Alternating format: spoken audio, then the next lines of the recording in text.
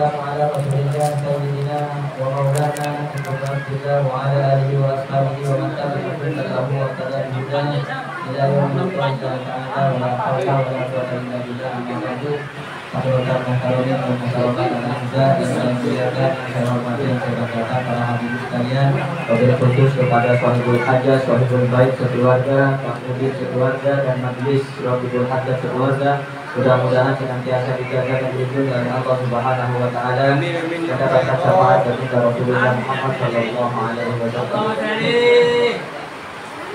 Bismillahirrahmanirrahim. Wal maqalatul akhiratu adapun maqalah yang ke-10 Anil Hasanil Basri rahimahullahu ta'ala annahu qala, diriwayatkan dari Al-Imam Hasan Al-Basri rahimahullahu ta'ala, semoga Allah Subhanahu wa ta'ala merahmati beliau.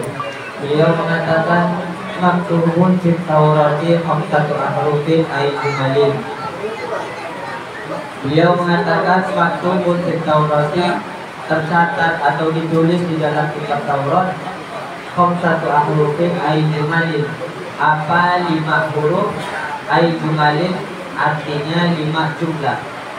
Al-Imam Hasan Al-Basri selaku tokoh ulama besar, tokoh sufi ternama, beliau mengatakan di dalam kitab Taurat terdapat 5 huruf atau 5 jumlah yang telah ditentukan dan ditulis oleh Allah Subhanahu wa taala di dalam kitab Taurat. Yang pertama adalah annal ghaniyata ay al-ittifa'a bin nafaqati bil qana'. Sesungguhnya kekayaan, sesungguhnya merasa kaya, ay artinya al-ittifa'a, artinya menganggap cukup bin nafaqati dengan nafaqah, bil qana'ati ialah berada di dalam menerima apa adanya. Ay artinya ar-ridha bil qismati, ridho dengan pembagian, ridho dengan ketentuan yang telah ditetapkan oleh Allah Subhanahu wa taala, wa sukunil qalbi 'inda adabil ma'lufati, dan tenangnya hati ketika tidak ada kebiasaan yang dimiliki oleh banyak orang. Ini kata Imam Hasan Al-Basri, bahwasanya yang dikatakan kaya, kaya itu apa? Apakah kaya itu harus banyak hartanya? Ataukah kaya harus banyak rumahnya? Punya rumah, rumahnya mentereng, punya motor, motornya banyak, punya mobil, punya tanah. Apakah itu yang dikatakan kaya? Menurut Imam Hasan Al-Basri bukan. Yang dikatakan kaya adalah orang yang menganggap cukup dengan ketentuan yang diberikan oleh Allah Subhanahu wa taala, cukup dengan nafkah yang diberikan oleh Allah.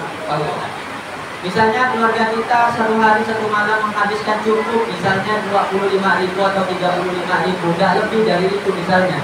Cukupnya 35.000 ini adalah kekayaan yang diberikan oleh Allah kepada kita. Kalau kita menerima apa yang diberikan oleh Allah 35.000 ini dengan ikhlas, menerima dengan apa adanya.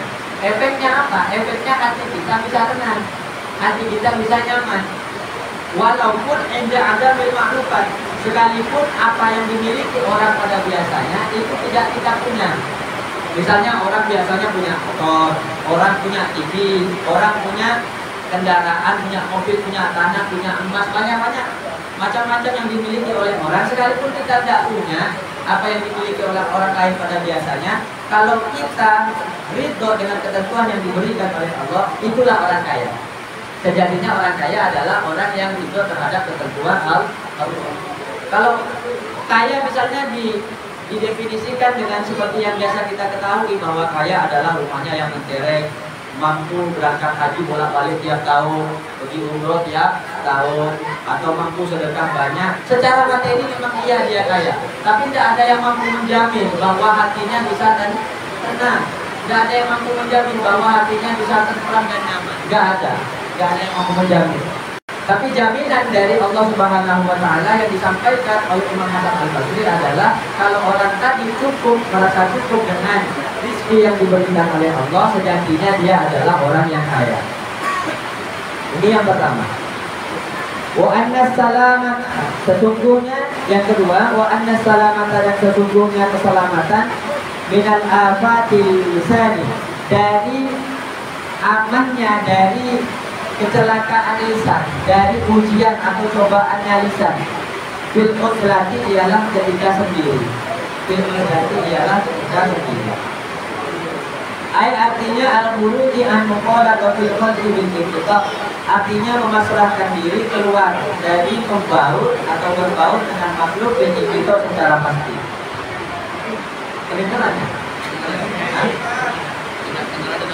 Ini yang rumah saya ya. Baru sama apa ini? Tidak dengar ya.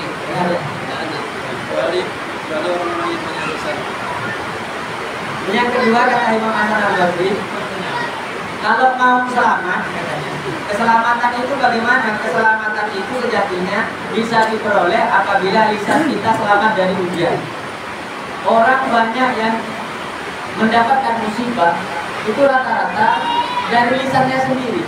Mulutmu harimau, berlebihan gurau digeruk, ditanggapi serius, bisa bahaya. Iya kan? Misalnya ngomong dalam kondisi tertentu, misalnya emosi ngomong dalam kondisi tertentu.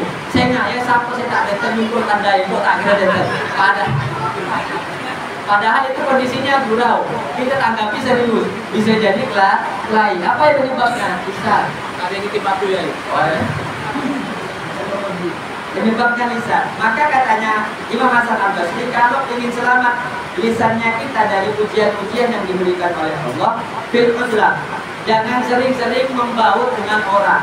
Karena kadang orang kalau tak sama persepsinya dengan kita, pikirannya tak sama, orang mudah tersinggung. Makanya ketika di grup ada yang tersinggung, berarti dia masih polos. Jarang ngopi bareng kan. Tapi kalau satu frekuensi, mungkin kitab ini tidak usah dipakai. Ini artinya untuk orang yang tak sefrekuensi. Misalnya kita majelis Rotibul Haddah, kumpul dengan orang-orang yang ada di majelis At-Taqwa misalnya. Yang misalnya orang tadi pengurusnya tidak satu frekuensi, atau kumpul dengan pengurus di Al-Aziz yang orangnya tidak satu frekuensi. Hati-hati kalau ngomong. Perlu dijaga. Coba pada gapi orang. Misalnya kita kebiasaan gurau di Rotibul Haddah, bening At-Taqwa, bening Al-Aziz, bening Nurul Muslimin. Jangan. Orang sana kadang berbeda pemahamannya dengan kebiasaan kita. Nah ini yang dimaksud oleh Imam Hasan Al-Basri. Kalau ingin selamat ya begitu simpel. Kadang kita kan salahnya apa? Mukul rata. Oh pada boy lekan gaya kan setel seperti ini. Duduk di mie cantik, yang ngomongnya begitu. Ya, duduk di Valeri, ya ngomongnya begitu. Duduk di Amin, yang ngomongnya begitu. Akhirnya tersinggung kan? Betul juga. Katanya kalau ingin selamat ya begitu. Kemudian yang ketiga, wa annal hurmata ay al-'azamata fi rabbi syahwati ay fi tarkiha. Sesungguhnya kemuliaan ay al-'azamata artinya keagungan, fi rabbi syahwati ialah di dalam meninggalkan syahwat, ay fi tarkiha artinya di dalam meninggalkan syahwat. Katanya Imam Hasan Al-Basri, kamu kalau ingin mulia, ingin dihormati orang, ingin diagungkan orang, bukan dengan setel pakaian. Setel pakaian itu hanya fisik saja. Tapi sejatinya kamu kalau meninggalkan syahwat, meninggalkan keinginan, meninggalkan hawa nafsunya, dengan sejatinya, dengan sendirinya orang pasti akan memuliakan kita. Nah kita apalah pentingnya kita berfashion dengan megah, dengan mewah. Yang fashion tadi mengikuti hawa nafsu. Kita ele cari orang. Dua mahala bola, ala agaya kan begitu. Tapi kalau kita biasa-biasa saja, tapi dengan biasa-biasanya kita kalau justru menghilangkan syahwatnya kita, bisa menghindari syahwatnya kita, hawa nafsu kita, justru kita dimuliakan oleh Allah dan dimuliakan oleh umatnya Rasulullah SAW. Wa inna tamattu'a dan yang keempat, sesungguhnya kesenangan, ai kamalal marozi, ai kamalal intifai. Sesungguhnya kesenangan artinya kesempurnaan manfaat di ayyamin tawilatin, ialah di dalam hari-hari tawilatin yang panjang. Ay artinya bil akhirati fil jannah, artinya berada di dalam akhirat, fil jannah di dalam surganya Allah. Kesenangan yang sejati itu di mana? Apakah di dunia?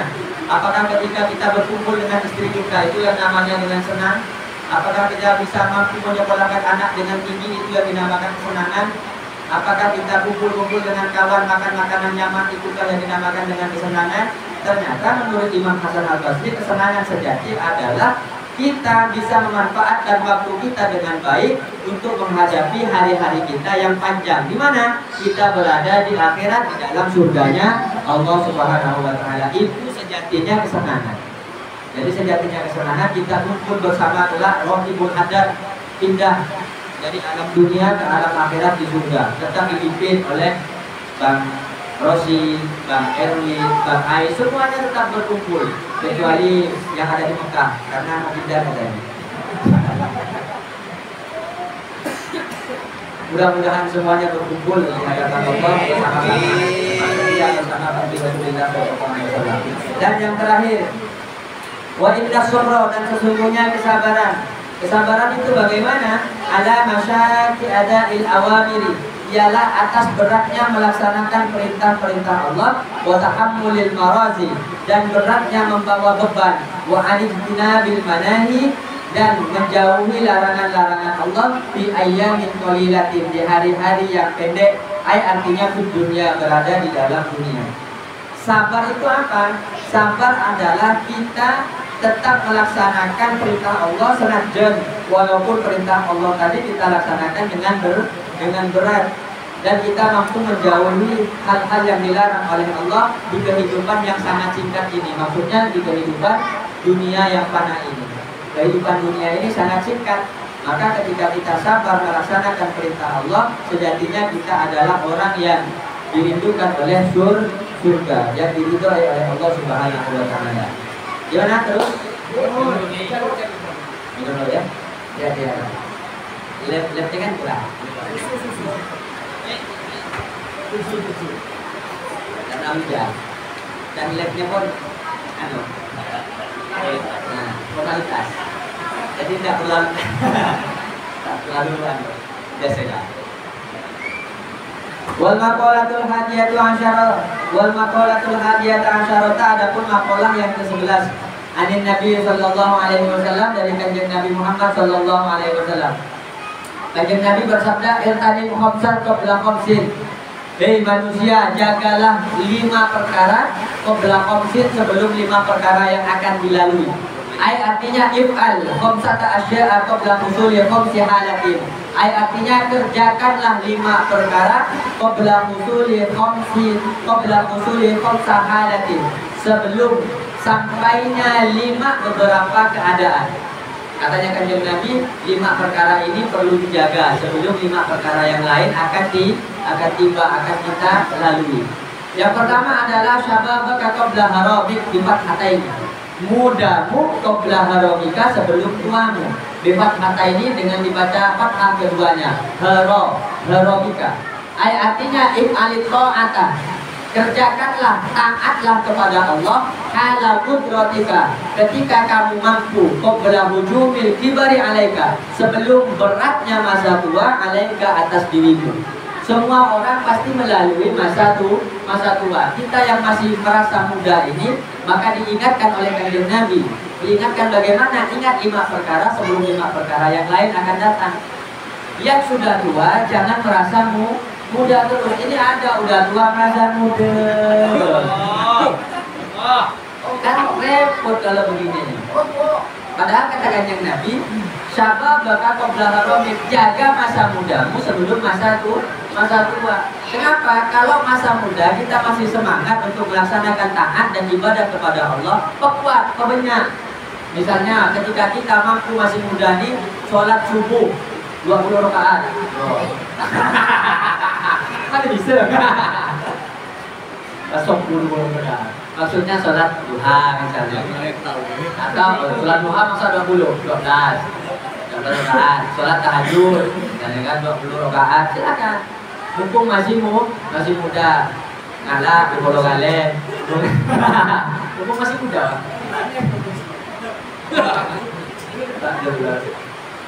Artinya kata kanjeng Nabi, jagalah ketaatanmu sebelum kamu tua. Mumpung lagi mampu, kamu masih muda, kerjakan dengan sekuat tenaga perintahnya Allah. Kenapa? Karena kalau sudah tua, sembahyang subuh 2 rakaat aja, ini sakit lutut, sakit pinggang. Apalagi disuruh sholat tarawih sampai 20 rakaat, imamnya laju, rasa ini tretan, cekecang anan sapun imamnya cekecang ini.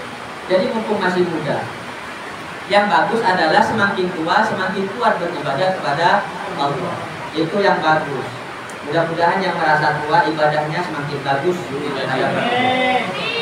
Wasihhataka qabla saqamik, dan sehatmu qabla saqamik, sebelum sakitmu.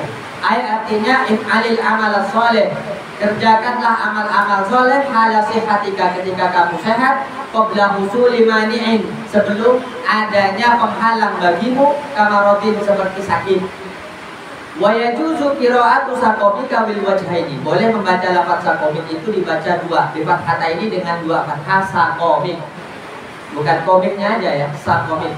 Au bidhammin fasukunin, atau dibaca dengan dhammah fasukunin kemudian sukun, bacanya submik, boleh. Li'anna riwayata, karena sesungguhnya riwayat lafaz submik lam tuklam adalah tidak diketahui apa riwayat. Wal ihtiyatu, adapun yang hati-hati, ayat ro'a bihima, hendaknya membaca siapa seseorang bihima dengan keduanya, dibaca dua-duanya, boleh saqamik boleh submik. Alal badali, menjadi badal, liyusodifat riwayata, agar supaya sesuai apa lafaz tadi riwayata kepada riwayatnya. Nah, ini peringatan Kanjeng Nabi yang kedua, jagalah sehatmu sebelum kamu sakit. Manusia tidak akan sehat terus. Hanya satu manusia yang diberikan oleh Allah tak pernah sakit, yaitu Fir'aun. Cuma satu, Fir'aun tidak pernah sakit. Kalau selain Fir'aun itu pasti sakit. Karena Fir'aun kenapa tidak pernah sakit? Mengaku dirinya sebagai Tuhan, sehingga betul-betul dipuji oleh Allah, diwujudkan keinginannya, dia tidak pernah sakit. Kalau manusia selain Fir'aun pasti sakit. Maka ketika kita masih sehat, sebelum sakit ini, perbanyaklah amal soleh ketika kita masih sehat ini. Wagina qabla fakrik, yang ketiga kata Kanjeng Nabi, kayamu sebelum fakirmu. Artinya if alif tasadduqa bima fadhala an hajatin, perbanyaklah olehmu, lakukanlah olehmu atas sedekah kepada sedekah.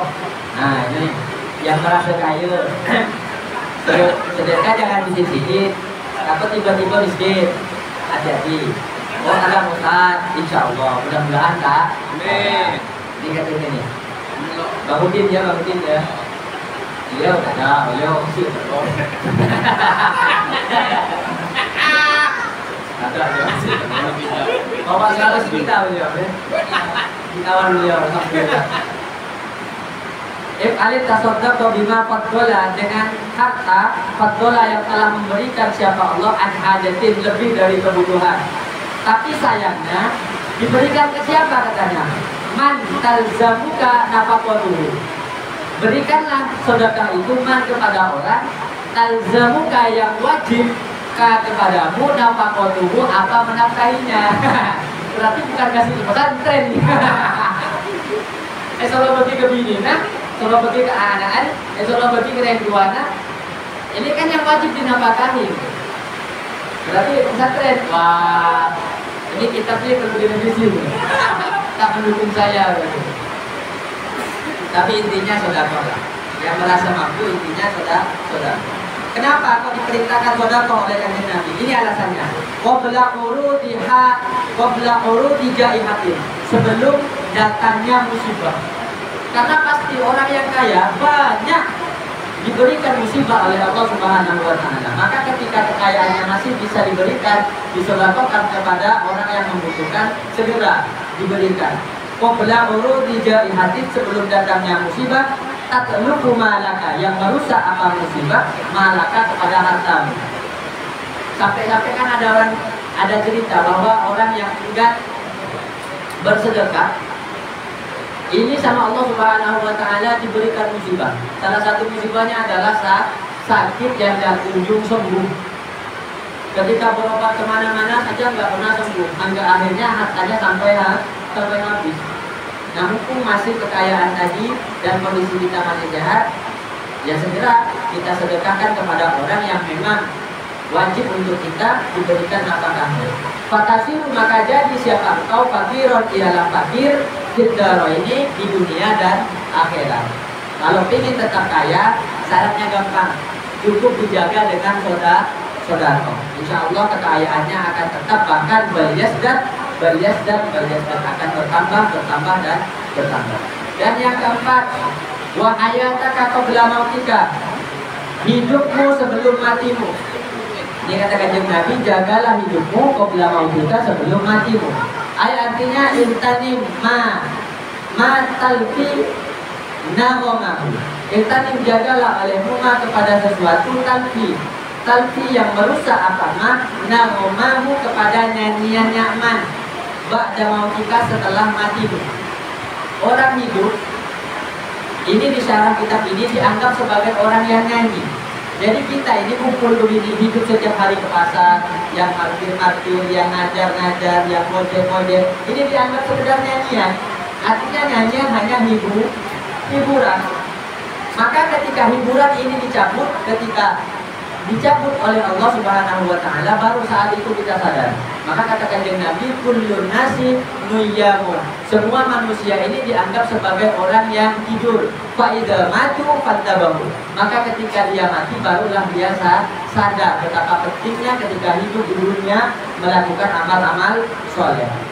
Fa inna man mata in qata'a anhu amaluhu. Fa inna man mata, karena sesungguhnya orang mata yang mati, siapa? Man in qata'a amaluhu, terputus, maka terputus amaluhu, apa amalnya man.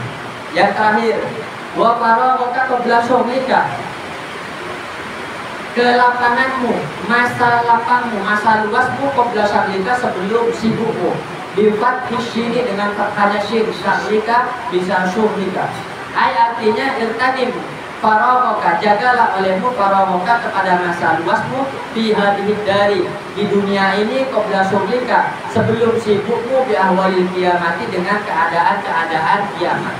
Kiamat ini kita sibuk, tak mungkin bisa ibadah, tak mungkin bisa menyembah kepada Allah. Maka ketika kita masih hidup di dunia ini, kita punya waktu yang lowong untuk ibadah kepada Allah. Walaupun kita sibuknya dengan kerja, sibuknya dengan belanja, sibuknya dengan jualan, ada waktu dengan orang azan, berhentilah sejenak, kita ibadah kepada Allah. Karena ketika kiamat kita tidak mampu lagi untuk beribadah, menyembah, menjadikan pahala untuk diri kita di hadapan Allah Subhanahu wa Ta'ala. Maka kalau punya waktu 5 menit saja, jangan disia-siakan untuk ibadah kepada Allah. Kenapa demikian? Bahwasanya kiamat allati awwalu manaziliha al-qabr, yang ada pun tempat pertamanya kiamat al-qabru adalah kuburan. Dan di kuburan ini kalau sudah amal kita jelek pasti disiksa oleh Allah. Maka mumpung kita punya kesempatan, kesehatan, punya kekayaan, dikasihkan umur panjang oleh Allah, waktu 5 menit ini sangat berharga. Kada seperti inilah nakolahu, telah menukilhu kepada pendapat ini Al-Azizi, siapa Imam Al-Azizi, Anil Manawi, dari Imam Al-Manawi. Fahadihil khamsatu, maka adapun yang 5 ini, la ya'rifu qadraha, ialah tidak bisa tahu qadraha, kepada kadarnya yang 5 perkara ini, illa ba'da zawaliha, kecuali setelah hilangnya 5 perkara ini. Kita tidak tahu masa tua kecuali nanti kita sudah menjalani masa tua, hilangnya masa muda. Kita tidak tahu sakitnya rasa sakit kecuali nanti ketika kita menjalani rasa sakit. Kita tidak tahu apa berharganya kehidupan kecuali nanti kita mati, baru kita merasa bahwa kehidupan ini sangat berharga. Rawal hadal hadisa, meriwayatkan hadal hadisa, kepada hadis ini Al-Hakimu, siapa Imam Al-Hakim, wal Baihaqi, dari Imam Baihaqi, an Ibnu Abbasin, dari Imam Ibnu Abbas, bi isnadin hasanin, dengan sanad yang hasan. Rawahu Imam Ahmad wa Abu Nu'aim, meriwayatkan kepada hadis ini siapa Imam Ahmad dan Abu Nu'aim, wal Baihaqi, dan Imam Baihaqi, an Amr bin Maimun, dari Imam Amr bin Maimun. Cukup ya? Wal maqalatu tsaniyata asyara, wallahu a'lam. Shawab al-Fatihah.